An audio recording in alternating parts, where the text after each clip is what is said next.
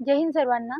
तर तुम्हाला माहित आहे का, जे आपले नवीन कायदे आपल्याला 2023 पासून लागू झालेले आहेत, जसे की IPC, हे जे आपल्या अगोदरचे कायदे होते त्याच्या जागी BNS म्हणजे भारतीय न्याय संहिता 2023 अशा नवीन कायदा झालेला आहे. आणि ह्याच प्रकारे अजून भरपूर सारे नवीन कायदे आलेले आहेत.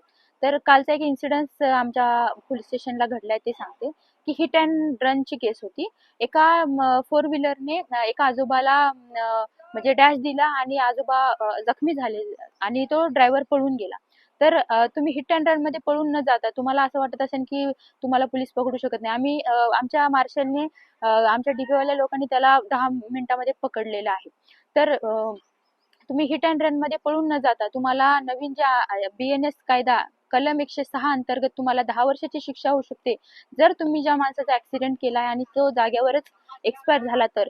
पण त्या जागी तुम्ही त्याची मदत करू शकता, त्याला हॉस्पिटल मध्ये नेऊ शकता आणि तुम्ही त्याची मदत केली तर त्याचा जीवही वाचेल आणि तुम्हाला शिक्षाही नाही होणार.